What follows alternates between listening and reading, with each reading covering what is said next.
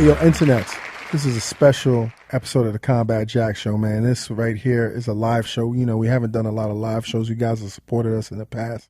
But this is us kicking off our very first show of the Combat Jack Show live tour. We were very fortunate to have as our first guest young Guru, who's a fan of the show, a listener to the show, supporter of the show, just a very dope individual, man. We already know his credentials. What I didn't know, what you'll soon discover, is we really talk about hip-hop in this episode. We talk about a lot of shit you motherfuckers ain't ready for, man. So, you know, sit up straight, man. Get your textbooks. This brother is brilliant. This brother's a professor in the whole nine, man. So, you know, without further ado, the first episode of the Combat Jack Live experience with Young Guru. I want to shout out our sponsors, G-Star Brooklyn. Check them out at G-Star on Twitter, G-Star Brooklyn.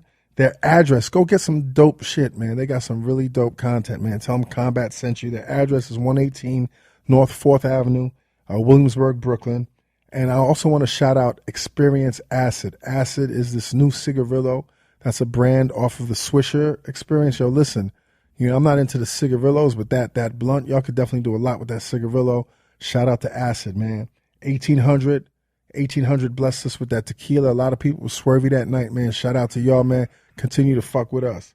Oh, next week, our very next, actually, no, this week. It's this week. July 1st. July 1st. I keep thinking July is next week, man. We go to New Orleans, man. Currency. House of Blues. Is our second guest at the House of Blues, July 1st, man. House of Blues in New Orleans, man. Where can they get the tickets, man? bit.ly/combat NOLA. Internet's another person that we want to support. Another thing that we want to support is the Brooklyn Hip Hop Festival. The Brooklyn Hip Hop Festival 2016. It's their 12th anniversary. Headliner is Nas. July 13th to the 16th. We got Nas. We got Fabulous. Come check out Combat, me, on July 14th at Medgar Evers College, discovering the 20th anniversary of New Jack City. Maybe. I might be in Paris or Zurich, but if I'm here, I'm at Medgar Evers. Be sure to come out to Much More's in Williamsburg for the weekly drop live. You know what I mean? With a very special guest, you know what I mean? $5 entry. Come and check out me and Mika, man. Let's do it for the culture. Mika. And now, let's really stop bullshitting and get into this show. And without further ado, we're going to start this thing up, man. Y'all been real patient. We're going to shout out to 1800 Vodka. 1800 Tequila. You know what I'm saying? It's providing the libations. And, yo, man, this dude is a mentor and a big brother to me personally. I'm sure he's a mentor to you guys and his knowledge and wisdom and his contribution to the game. You know what I mean? So without further ado, I'm not even going to, you know, tell you guys his resume as you already know. You know what I mean? Coming out of Brooklyn, Crown Heights. Yo, one-time salutes to Reggie Osei, a.k.a. Mr. Combat Jack.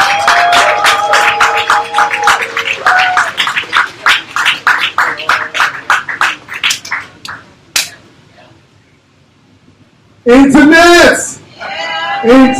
Yo, y'all look beautiful tonight, man. Please give yourselves a round of applause and thank you for coming out. Definitely want to give a round of applause to G-Star Brooklyn for hosting this wonderful event.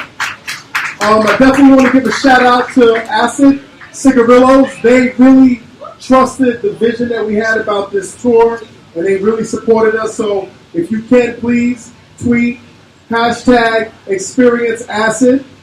And let's get on with the show, man. I'm a little bit nervous. I shouldn't be because this is like my 1000th episode, but we don't do this live every day. Is this where I'm sitting? Where does the mic go? I guess I'm sitting here. So, I mean, this guy that's coming on the show has been a friend of the show. He supported us from day one, which is an honor because he's done so many things in the game.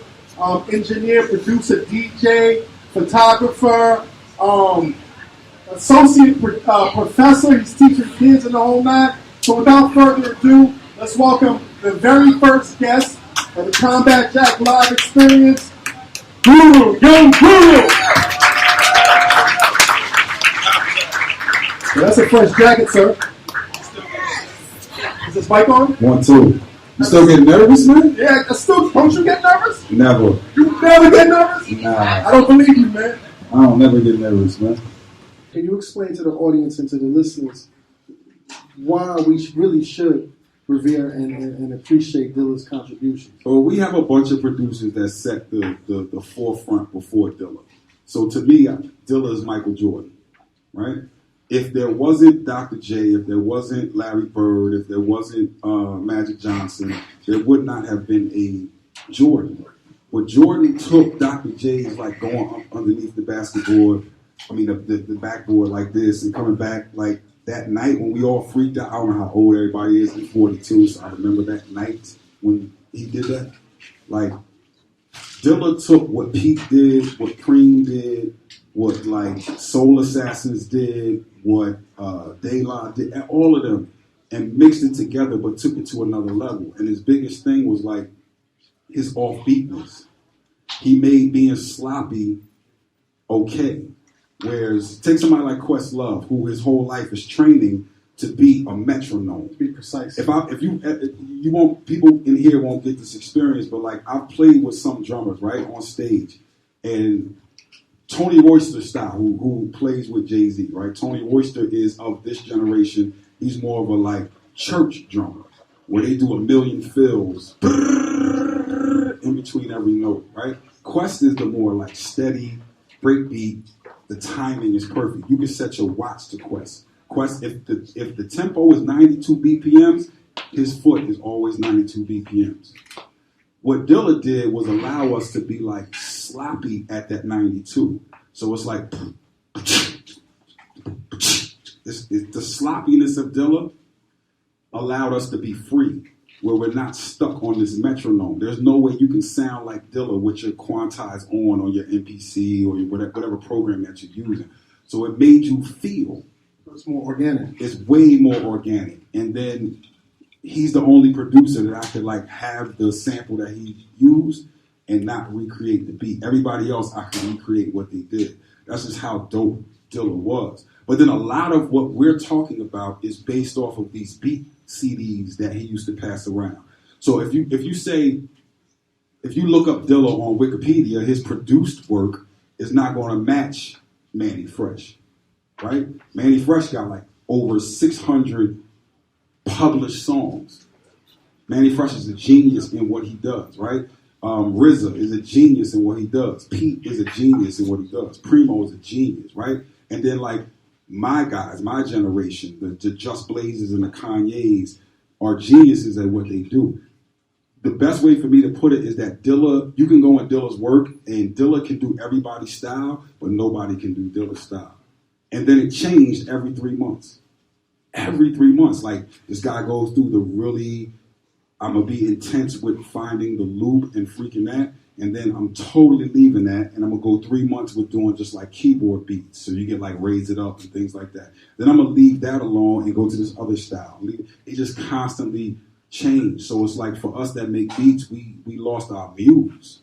He was the muse for all of your favorite producers. Believe me, we were all passing around those tapes. Or like if I had a session with Buster and Buster just left the J Dilla beat tape there and went and ate, I'm dubbing it.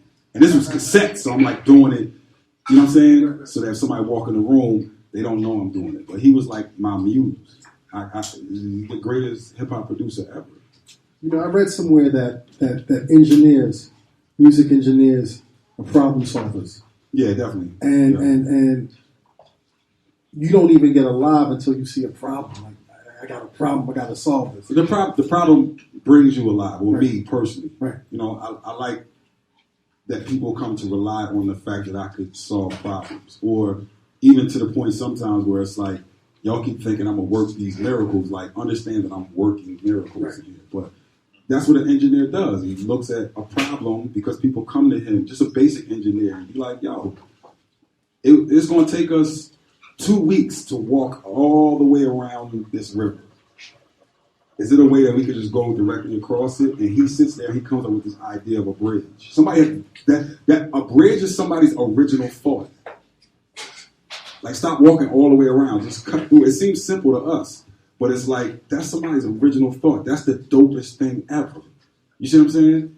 Or an engineer, like his mind just thinks of new ways to do things. So anytime I see people with original thought, I don't care if that's art, music, fashion, whatever it is, right? For people to say, you know what, I don't need the fashion houses. Take it to clothing, right? April Walker to do, I'm going to do me. And I'm going to put it out here, and I'm going to use my resources, and I know all the rappers, so I'm going to get them to wear my clothing. And guess what? I got Tupac to wear. And now I can... Like Tyson. That's groundbreaking. Yeah. Let's think about that for a second. That's groundbreaking. That's not the way the fashion houses work. So you engineered something that's different. I celebrate those things because to me, that's just like, it's original thought. It's dope. It's just like, ooh. It's like an MC watching another MC, he says a verse, and you'd be like, ooh, I wish I'd have thought of that. So give us an example. Walk us through an example where you were in a session or working on a project and a problem happened, and if you had not solved the problem, shit would have been fucked up.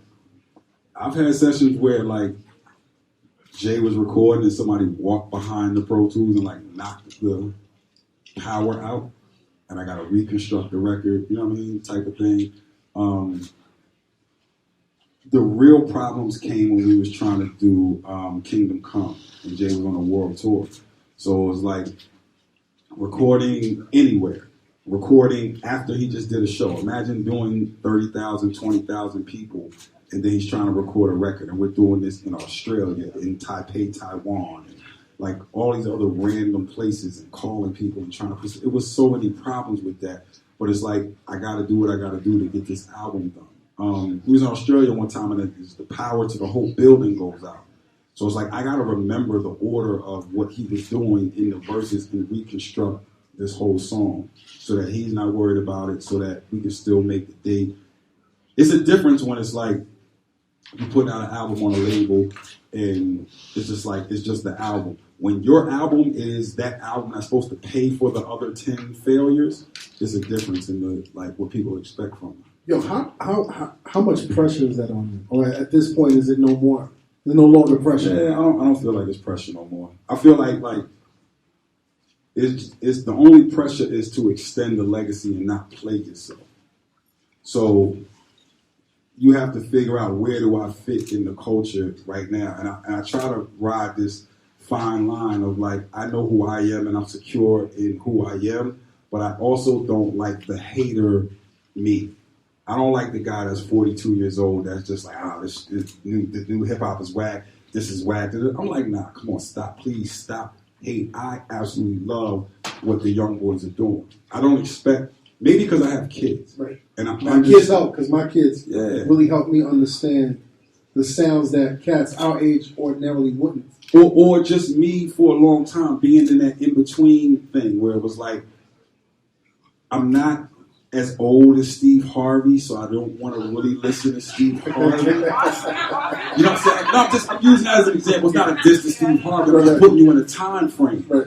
Whereas, like, sometimes Hot 97 may be too young for me, but Steve Harvey's too old. Right. So, or I got my kids in the car in the morning when I'm dropping them off, and I'm on Hot 97, and it's like, oh, the topic they talk about is crazy. I can't even let the kids hear that. And then I flip over to Steve Harvey. I'm like, it's too old for me. Like, you know what I mean? I know what you're talking about, but that's like, y'all like my older cousins. So I understand time and where we are, and I understand that, like, I don't think a lot of people my age really take into account what it means to be 20 years old right now, right? Like, we're about to hit the 20th anniversary for Reasonable Doubt. That means that you was born. You was a baby. Your mom was having sex with your dad when this album came out. I'm old, man. You know what I'm saying? I worked on that album. I'm old. You know what I'm saying? Like, you have to really put that into perspective of why an 18-year-old likes what he likes. So then my daughters, you know, and my kids really give me a reference as to where everybody's at, and I can appreciate the music that come out. And it's just me not wanting to be a hater. I want to see, like, the young kids do it. So I'm a champion of a lot of the younger sound, even though I wouldn't necessarily produce music that sounds like that. But I play it. Right. So when you hear your kids play music, what do you hear, or who do you hear that you appreciate and you feel, even though it's not your music, it's not made for you, you're like, you know what, they are carrying the torch?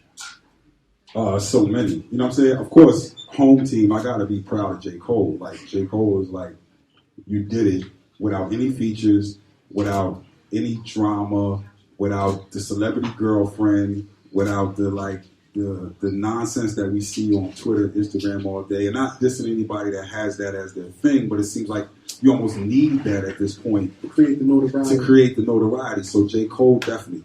Kendrick, I just love him for his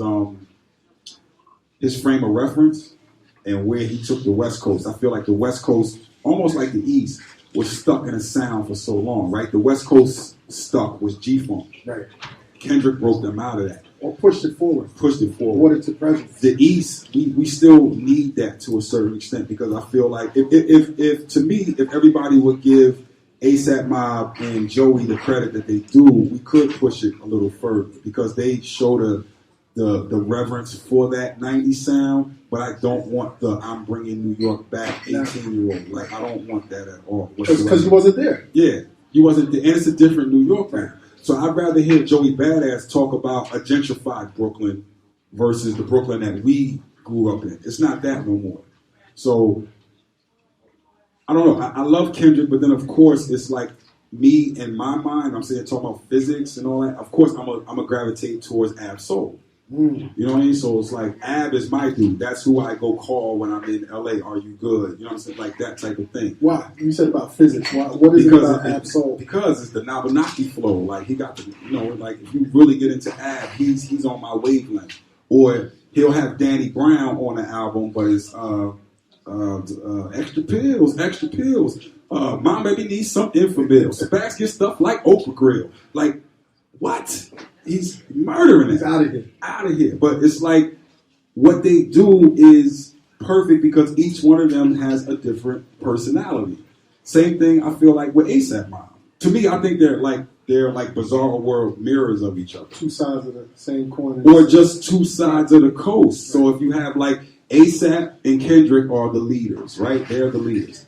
Out of the whole ASAP crew, ASAP Nas is the MC that I really, really mess with. He's my Ab Soul.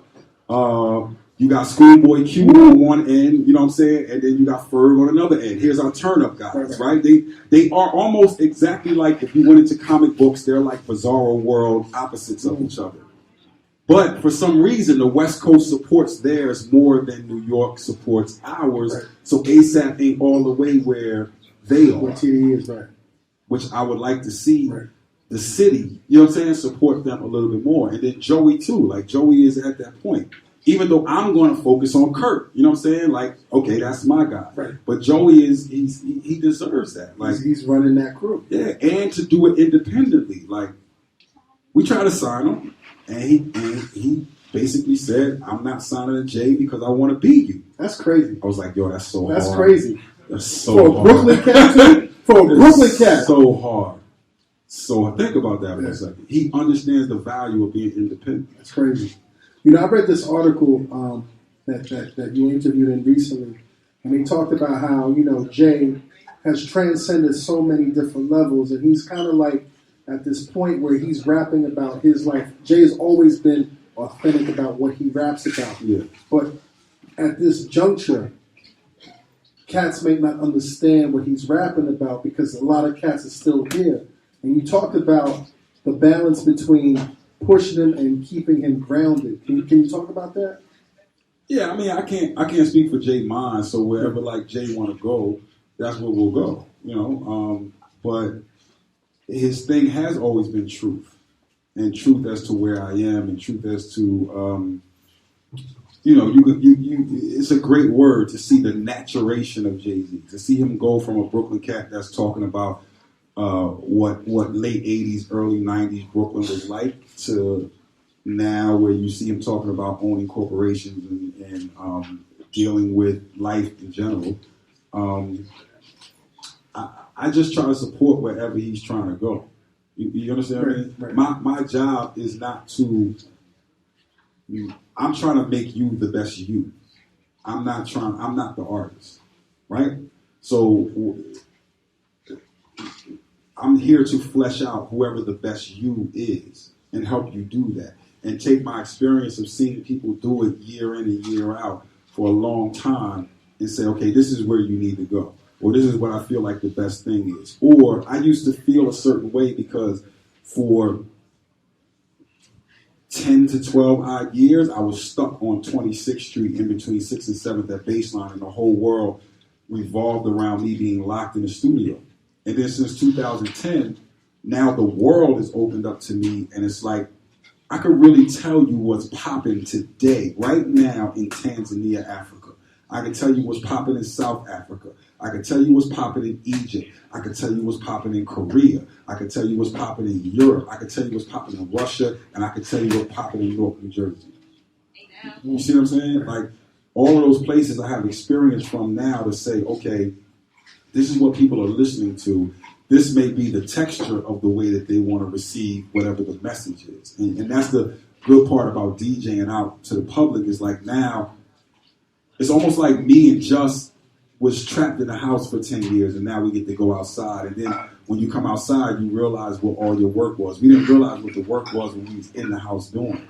And then you get to see the world and people like, it bugs me out for people to come up to me and be like, or for me to even get noticed in places outside of the United States, or I'm really thrown off when somebody comes up to me and calls me a legend. I'm like, please don't put that title on. I'm nowhere near done doing what I'm gonna do with life. You know what I mean? Like, so if you're basing it off the past 10 years, I appreciate it. I thank you. But Quincy Jones is a legend to me. He's still alive doing things. You know what I mean? And it's like my muse of what I want. That's the only person in the world that I worship. Hey, yo, internets, this week's episode of the Combat Jack Show is brought to you by Spotify Discover Weekly. Finding new music just got easier with Spotify Discover Weekly. Your Discover Weekly playlist is 30 new songs you're gonna love that you haven't even heard yet. You get a brand new playlist every Monday, like a weekly birthday present just for you, internets, from us to you. Those who know and use Discover Weekly love it, and why wouldn't they? It's a playlist personalized based on your own personal music tastes. Don't forget to save your favorite tracks from your playlist on Sunday before the playlist refreshes. Let Spotify do the heavy searching and heavy lifting as they curate a playlist of brand new music just for you. Discover something new every Monday by going to spotify.com/Discover Weekly to get your new playlist starting today. Internets, I told y'all to do this shit last week, y'all didn't. Tweet us at Combat Jack Show or at Combat_Jack and tell us what song Spotify blessed you with this week. And now back to the show. Yeah, it's ill. Please understand what Quincy Jones did. Like, you're talking about a guy that like played. If Quincy Jones was just a jazz cat, he would be incredible. That would have been a career in and of itself. But to be a guy that went from traditional big band jazz to when you start to get to albums like The Dude and things like that, where he started to understand like avant-garde jazz and like jazz fusion and where that was going and like the influence of Herbie Hancock and all those things. Then to go like, oh, I'm at a party and I see this little quirky kid, I should make a TV show with him, Fresh Prince of Bel-Air. Oh, media's popping, I'm going to make Vibe magazine. You know, like every you even mentioned like Michael Jackson. Yeah, but I have the two biggest albums in the world, right? It's going to be hard for anybody to beat Thriller and Off the Wall. Two biggest albums in the world. And I beg to differ, you know what I'm saying? I know it's a lot of Michael Jackson fans, but those are the two best Michael Jackson albums. So it's never just that artist by themselves. It's the fusion of everything. So it's Michael Jackson as the talent, with Quincy Jones as the producer, with Rod Templeton as the writer. You know what I mean? Like, there's so many factors that go into making these hit records. But Quincy Jones is the only person that I like get nervous around or don't know what to say when he sits next to me. You know, we had a thing, we honor Bruce Swedien. So from my world, people that don't know, Bruce Swedien is the engineer that engineered all of these albums. So we're honoring Bruce Swedien. And Quincy, and I'm backstage hosting this, right? Quincy Jones sits right next to me. And I didn't know what to say. You couldn't say anything? It's like as much as I see people clam up around like J and B, and I'll be like, they human beings. You know what I'm saying? When Quincy Jones sat next to me, I was just like, so what was the conversation? What you say? I swear to God, I'm gonna be so honest because it's you. All he wanted to talk about was women. Really? That's all he wanted to talk about was women. He was like, yo, you need a girl like this that has just as much money as you, so you're not relying. I'm like, gems. gems. It was crazy. But It's crazy because recently I had Stretch and Bobito on the show. yeah. And they talked about how they had Quincy Jones on the show one time and he was drunk just wilding out, which is kind of crazy. He'll let you know. But shout out to Stretch and Bob.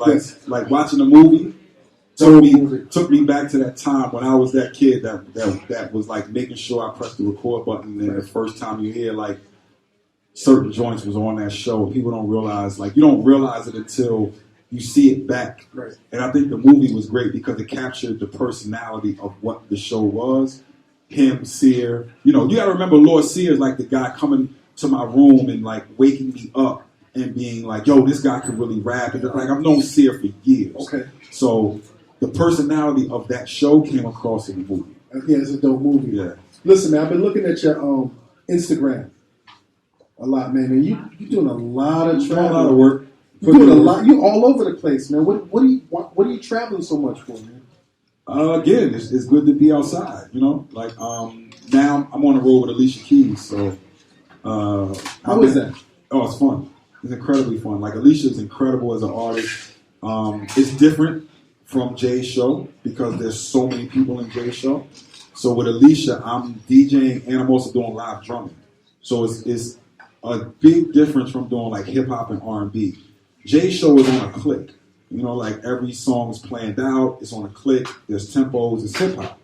Meaning that like with Alicia, she's completely live on that piano. That's not fake. That's not like some backing track playing. That woman can really play that piano that well. So meaning, like, I'm following her. There's no click in my ear. When I'm doing the drums, it's me looking at her and her body movement and what she's doing and just following her. She's just incredible as an artist. And a good thing for people to watch is the Brooklyn, when we opened up the stadium, right? You see me on stage saying Jay's rhymes. That's because Jay has so much other stuff that he's doing that for the band, I'll say his rhymes so we can practice and do whatever. He's looking at the lights. He's opening up a stadium. He's dealing with a whole bunch of other stuff. So meaning to say, like, he sends probably me and Omar a track listing of what he wants to do for the show. And we work it out. And then you just come and say your raps and be your superstar self. Alicia is a musician. And that's no disrespect to no rappers, but she's like in there in practice with us like, nah, let's try this a half a step up. Let's try this in D minor. Let's try this and then figures out of the 5 ways that we try it, what's the best way to do it. So it's fun to have the main artist there as a musician, as a part of the band versus like just being on a superstar level. It's different and it's more organic. So she put out In Common. We did a promo run in Europe for that. So, you know, if I'm in Europe, I'm gonna run around and take pictures. That's just what I do as a training photographer. Somebody who like wants to start at bottom level of photography, and I don't care if you like my mixes, don't like my mixes. You like I'm gonna get you to respect my photography. What is it about photography? Because that was my next question. I noticed that like you're taking pictures of everything, and your I guess your camera of choice is the Leica. The Leica 240. Don't get me in here talking about cameras. We'll be in here on cameras all day. But what is it about photography? What is it that because my world has been auditory for so many years. Like it's just sound. My world was sound, and that's my main thing, right? Sound is God. Period. Right? If you really understand what that means, like when I put Nana Brahma on my Instagram, sometimes that means sound is God.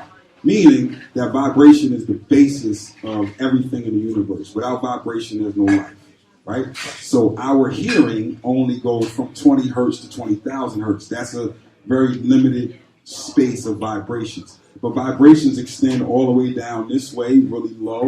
And then, you know, you can get into higher vibrations like microwaves and like all those type of things, right?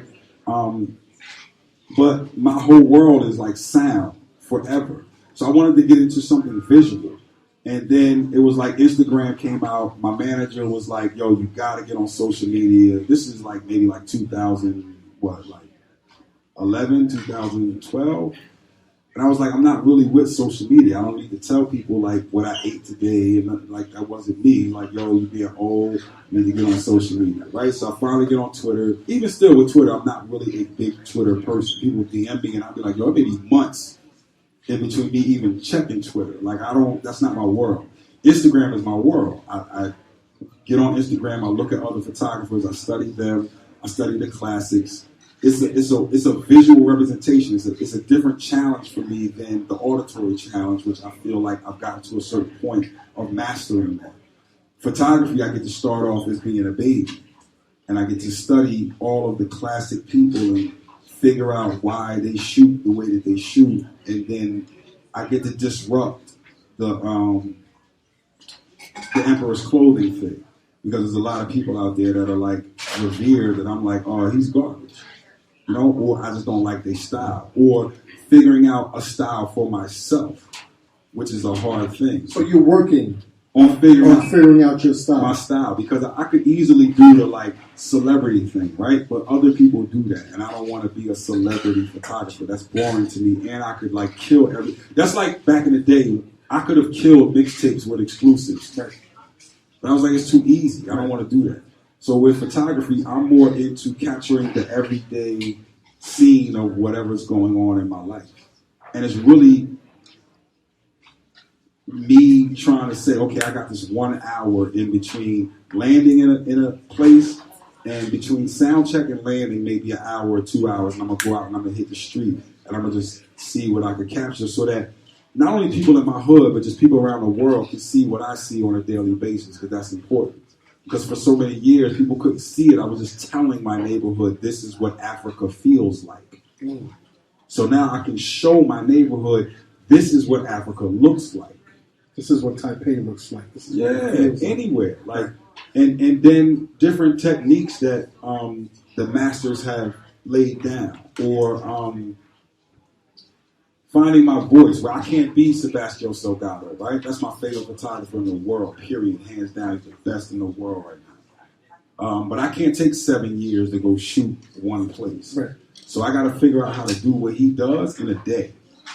Or techniques of like holding the camera. I'm a 6'5" black dude. So if I'm walking through the streets of Hong Kong, or if I'm walking through the streets of Korea, somebody's going to notice me. Everybody's going to notice. And as a photographer, and your face is on the flyer for the party. Right. Like, so, but as a photographer, you're trying to be invisible, a street photographer. And you're trying to capture moments without disrupting the scene. So I've learned how to like pre-focus, and how to like, I could walk past you and just click, like without even looking through the viewfinder. That's crazy, man. So, it's just a challenge of learning something new, the engineering of that camera, the history of that camera, the history of the company. No matter where you go, Leica invented the 35 millimeter format. Do you use film or digital? Yeah, both. What do you prefer? I kind of prefer film, because film is like, you don't know what you got. So a lot of digital photographers, I see them take a picture and they automatically look at it. Right. It's like, don't do that. Like, just take the picture and then keep going about your day and look at it when you get home. It'll make your photography better, because it'll slow you down to make sure you get the frame of whatever it is that you're trying to shoot. If you can understand. I got it. And then, there's a magic and a wonderment in that process. Yeah. And then, I try to incorporate what I learned when I go out and shoot. Right. So right now I'm studying this thing called the fragmented human, which is like trying to take pictures of people without showing their face, but having it be such an ill photograph that you could tell what the face looked like. Or you could get the essence of the person without looking at the face. That's an ill thing to do. It's very hard to do. But it's a concept that like I noticed, and I was like, this is kind of ill. Or not being afraid to put up certain things. Like yesterday, right? I was on Venice Beach yesterday, and I took a picture, and it's obviously a Masonic symbol. You know what I mean? And most people would be like scared to put that up. And I'm like, nah, I'm going to just challenge. I know my whole Instagram. As soon as I put up something like that, people are going to be like, oh, Jay-Z, Illuminati. The whole nod. But it gives me a chance to like dispel people's myths on just dumb shit like that. Right. So I don't like the fact that like people can steal your information and represent it to you, and then you think that's not your information. The Masons are our sons. You my son. I gave you that. My great grandfather gave you that science. Right. And you got 33 degrees of it, which means that your body is this way and you're crawling. I have all 360 of those. We only gave you 33 because you only stayed 33 years in the system. That system was designed for longer than 33 years. You know what I'm saying? Yeah. So when you that's crazy. It's real facts. It's real facts, but it's crazy. But that's how much knowledge it is. 33 degrees allowed you to go back to where you from and appear to be a god. You get what I'm saying? Yeah, I get what you're saying. We had the whole three, but you missed the moral part of it. You just took the initial. The scientific and not the moral, not the living. We took all of it. You see what I'm saying? When you got all of it, you become Tesla. You see what I mean? He was out on Long Island. He built this big thing. He was like, yo, everybody can have free energy. We could have had cell phones back then. In 1900. When you got 33 degrees, you become J.P. Morgan, who walks up on it and goes, yo, I sell that. Knock this shit down. You get the difference? No, I get the difference. Do y'all get the difference? You understand what I'm saying? No, definitely. I'm trying to beat Tesla. Tesla's like another one of the, but without the going crazy part. Because everybody that had that information that lives in this world, they go crazy. It seems like they go crazy, but it's like they don't know how to exist. So my fighting the system thing won't allow me to go crazy. Tethered to this planet because we don't want you to go crazy. Yeah, no, but you do at a certain point. The great giants go crazy at a certain point because they like, yo, why is it so difficult? Why is men so greedy? Why is it so difficult for me to get across this idea? You know how much further we would be if we would just allow Tesla to just chill. We should, as a country, we should have just gave him money and we should have just said, look, invent anything you want to invent. That's how ill that dude was. And it was pure energy. And it didn't go against nature. And, he's looking at us like, y'all are so stupid. We get energy from exploding things, combustion, burning things. Right? And he's like, that's so caveman. It's so caveman. That thing up there has enough energy for all of us for the rest of our lives. Matter of fact, when that goes, generations without polluting anything. Natural energy. But, the greed of men. The audacity of men. No, greed. But it's the audacity also thinking that you're greater than some of these natural resources. Oh, yeah. They put it in a box. I don't even know if they think that they're greater. It's just greed. It's just like, I want it all. I want to control it. It's my thing. You get what I'm saying? Whereas certain other people think differently. Where why am I paying for water? Water. I remember when water was free. Water. Drinking water, yeah. How do you own water? How do you own water? How do you own air? They're about to own air. How do you own air? You see what I'm saying? In Beijing, they own air. In New York City, they own air. Try to build on top of one of these buildings this thing called an air tax. The higher you go, you got to pay a tax. We own the air. That's crazy to me. You see what I'm saying? Like, that's stupid. That's like, we'll never get further I'm sorry, people came to hear rap talk. We so far away from rap talk. Michio Kaku, right? My favorite physicist. He got this new book out. And he ranks classifications of humans. Because he's basically like, okay, us as kids, we watch Star Trek. And we're like, okay, well, when are we going to get to that point? Teleporters, phases, the whole nine. Nah, not even just the technology. Just where human beings exist in that state. Where there's no money, right? Every resource that you need is taken care of. And the purpose of life is to get better at something. It's not survival. They've already mastered survival. So as a race, we should have mastered survival. The earth can produce enough food for every single human being on the earth to eat. That should be the purpose of a government. You get what I'm saying? I get that. So he ranks us. So it's like 0, 1, 2, 3 in terms of societies. We're sub-zero. We're still burning fossil fuels. We're still mining coal, right? When the sun can produce all the energy that we need. So he takes us on all these points of how we can get from 0 to 1 to 2 to 3. The thing that's stopping us is governments and oil companies and things of that nature. Hey, yo, Internet, today's episode of the Combat Jack Show is brought to you by Loot Crate. Get up on your geek shit by signing up for the best monthly subscription box service that's full of the best geek gamer items and pop culture goodies. Don't be fooled by the flashy colors. Loot Crate is more than your average subscription box service. It's an entire community of fans that share their experience and interact with each other around the unboxing of each month's crate. Mena, I still have not received a fucking crate. I need my own Loot Crate. I need it. How can I get it? What do I need to do? This month, I'm getting July's Loot Crate because we're past June now. Okay, I'm getting June's Loot Crate. Listen, intonates. Previous crates have included items from Harry Potter, The Walking Dead, Star Wars, DC Comics, Marvel Comics, the Daredevil TV show, and more. Join us this month as we celebrate the futuristic.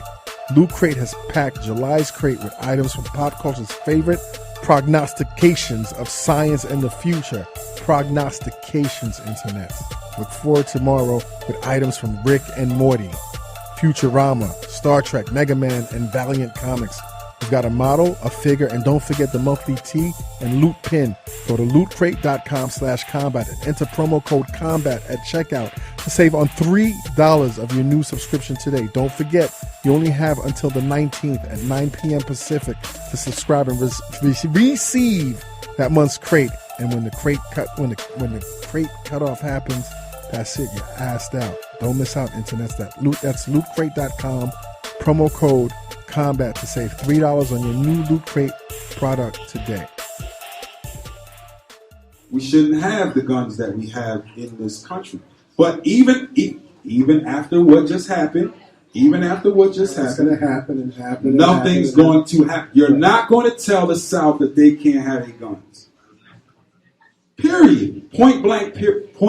Yo, I'm sorry about what happened, but I need my gun. Business as usual. Business as usual. So we make a whole bunch of stink about it for a couple months. The NRA is still going to be giving money to Hillary. They still going to be giving Congress is we run this. This is us. We run this.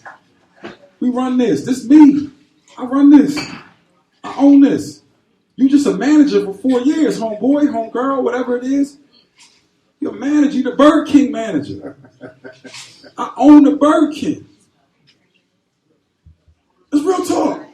You see what I'm saying? So if you want that real talk. If you want that type of change, then that's what you have to think about and you have to deal with. So we're never going. We have the technology to get to that point. It's men that stop us from getting that point, and their greed that stop us from getting to that point where we can all have free, clean energy. So as a problem solver, how do we break through that problem?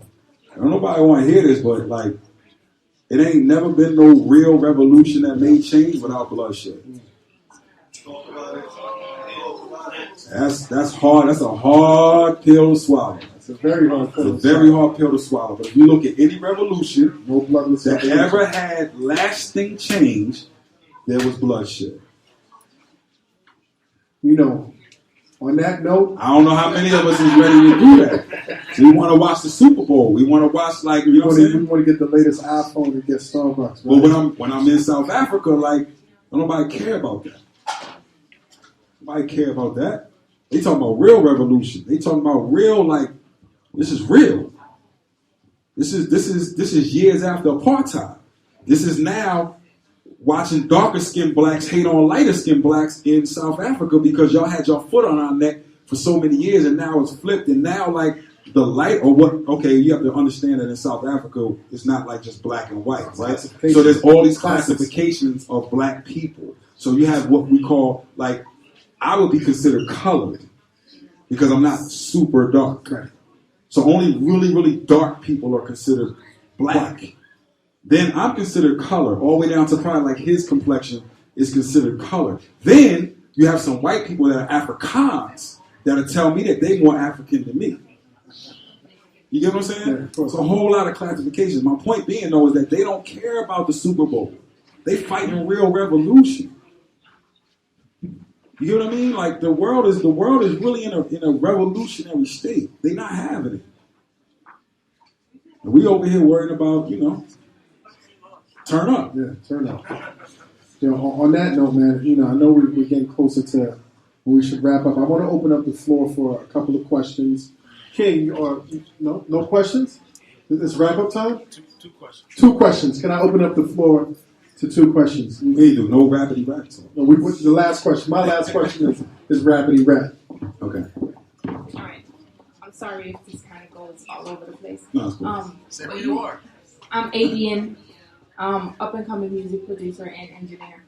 So I was very interested when you were saying that you want to kind of shift the way things are made and teaching your students like that the 0.1 is not really how it is. Yeah. I was interested in what you were saying as far as even the grid and quantizing because, just talking to a lot of engineers, doing music, it's always like that sound needs to be on the grid and that sound needs to be this and that. And I agree with you saying as far as like even doing live instruments. I think that brings a feeling back. It brings a swing to the music. So as far as showing your students how to change that, what exactly are you doing?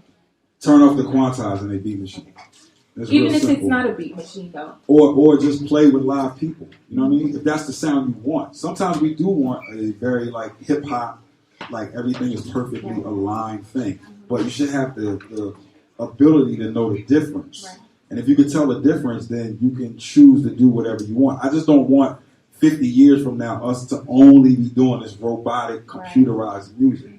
And it's like we're falling into this thing where like, okay, before in hip hop in the 80s and the 90s, we dug for breakbeats, and the breakbeats had to swing in them, inevitably. Like they just had to swing in them. So now everything has fallen into like, all I need is the 808 sounds, and that's it. Like I just need the 808 kick, the 808 clap, the 808 snare, and a hi-hat, and I can be Metro Boomin, and I can be, you know what I'm saying? I can be Beethoven. You're basically biting their style because Atlanta's so strong in terms of what they present to music. So there's so many ways that we could present trap music, but it's all presented in the same way. Like, okay, where's my phone? It's a kid that I really, really love. I just discovered this kid not too long ago. He had this joint called Pink Polo out. I said, oh my God, I'm in love with that kid. Like, he needs to be, I swear to God, if I could buy 100 albums of his, I would support him. Because he's doing the exact same thing of like, I could tell a kid that was raised and his mama probably had him like studying jazz. And then he wants to make trap music, but he also studied J Dilla. And I could hear it. You know what I mean? So he incorporates all those things together in something like really new and really fresh. So just so that we're not biting, everybody sounds the same. I don't want everybody to sound the same. I want it to be different. So I try to express to my students, like, be of the time, but incorporate you. Who are you? What's your ethnic background? What's the sound of, if you're Hispanic, like go into your roots. If you're African, go into your roots. If you're, I teach at USC, so there's kids from all over the world. If you're, from the Arabic world, like get on that Arabic scale and like forget the westernized scale, forget our scale, like go on your scale and make some really dope music. Like Big Pimpin' is an Arabic scale. You know what I mean? Like there's so many ways that you can present music. We just keep focusing on this one thing. So figure out a way to be different. You'll never be the top of the mountain if you keep following and following and following and following. You'll just be the flavor of the month. And the only way that you can become great is to create your own lane. Or the thing that people laugh at today, they'll love tomorrow. I laugh at people. 10 years ago when I told them, I was like, yo, London is hungry. And they're about to be the wave, right? People go, the accent, you can't get with it. The way they talk is funny. You know what I'm saying? Now, you got a bunch of kids that's trying to talk like Skepta on a daily basis. And it's like, to me, it's hilarious. Because I told y'all that 10 years, I'm glad we have videotape now. Where I told you that 10 years ago and it's on videotape. But, you hear people, like, that's what I mean. Like, be true to who you are, and it eventually come around to what you are, or become that new wave, and rep it. Like, just push it hard. Be something different. You know, no more questions because the crew in the back is trying to bring down the curtain. But my hip hop question for you, this is the last question, man, because I like to end the interviews with top five, man. Top five records that you ever worked on. Oh shit! I thought you were about to say top 5 of the seas. That's within the grid, man. Top, Get out the grid. Top 5 records I ever worked on. That's hard. My favorite album I ever worked on for personal reasons is The Grind Date by De La Soul. That's my personal. Rock Cocaine Flow. Incredible.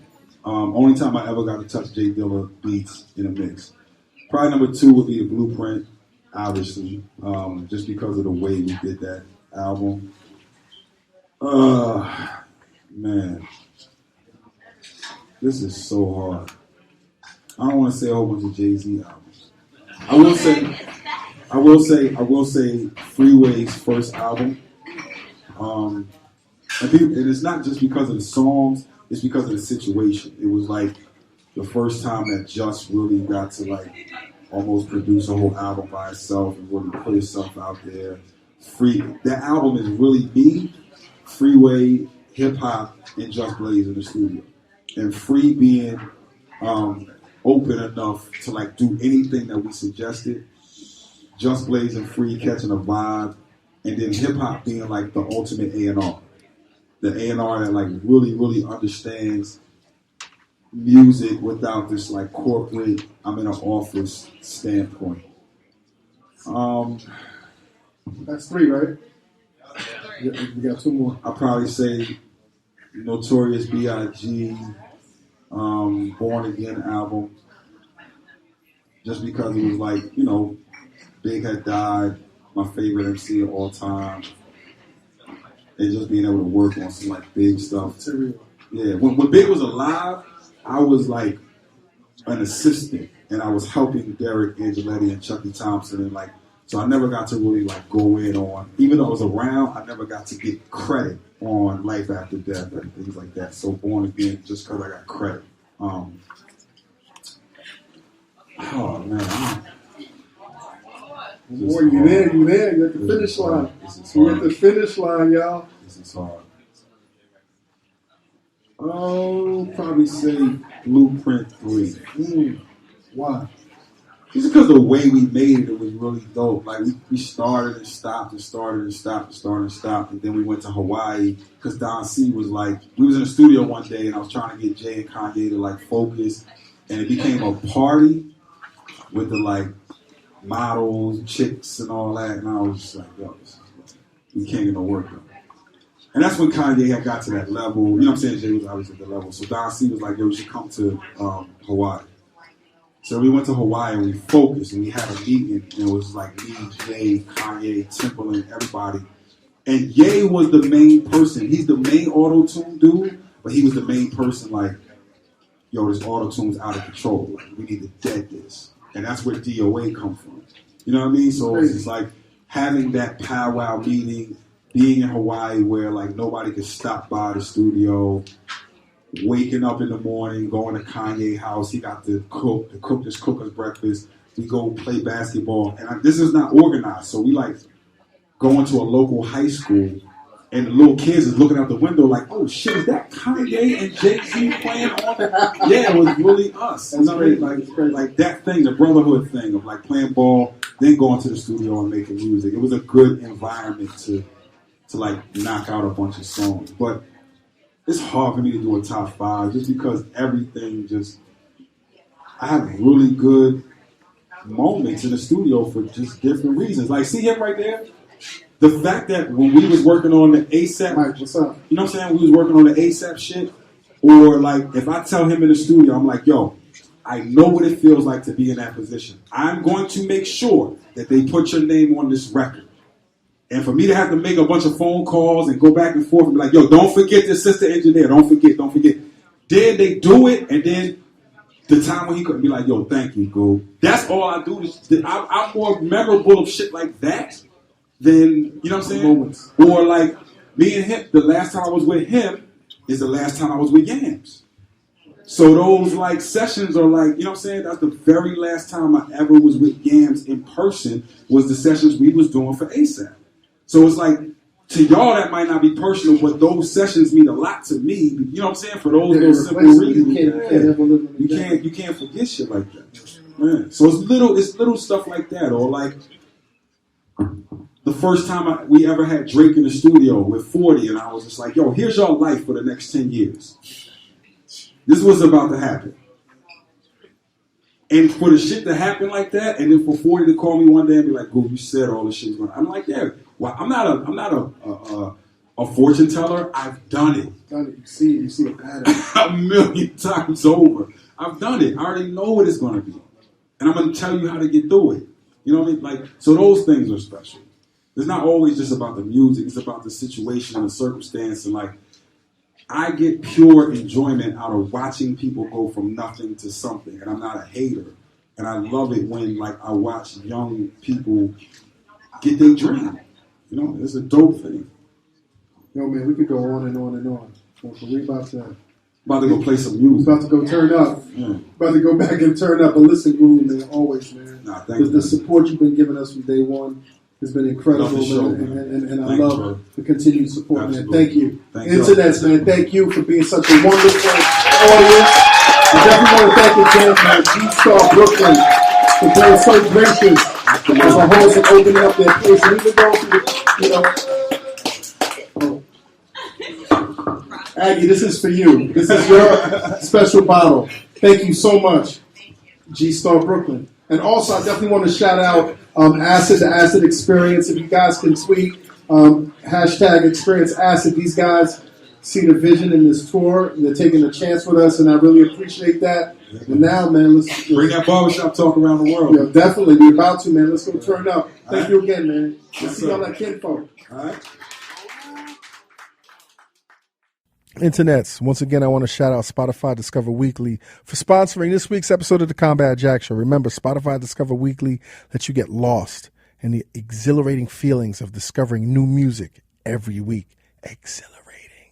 It's 30 new songs that are waiting for you to be obsessed with. You get a brand new playlist every Monday, personalized just for your tastes. Make sure you tweet us at Combat Jack Show or at combat_Jack and tell us about your new music Spotify picked for you. Go to Spotify.com/Discover Weekly now to get your playlist. And please, internets, help us out and tell them that Combat sent you. Numinati! This episode of the Combat Jack Show was produced by Jonathan Mena, executive produced by A. King and Chris Morrow, engineered by Samir Curren, and recorded in the Engine Room Audio Studio in downtown Manhattan. This is an official Loudspeakers Networks production. Hi, my name is F.E. Jerome. Just wanted to say a shout out to Combat Chat Show because you guys are an inspiration to me, which has led me to actually start my own network. And I live in London. So just wanted to say a shout out to Combat Jack Show. So the network that the network that I started is Shout Out Network, which is in London. So it's Shout Out Network. I have to go back again.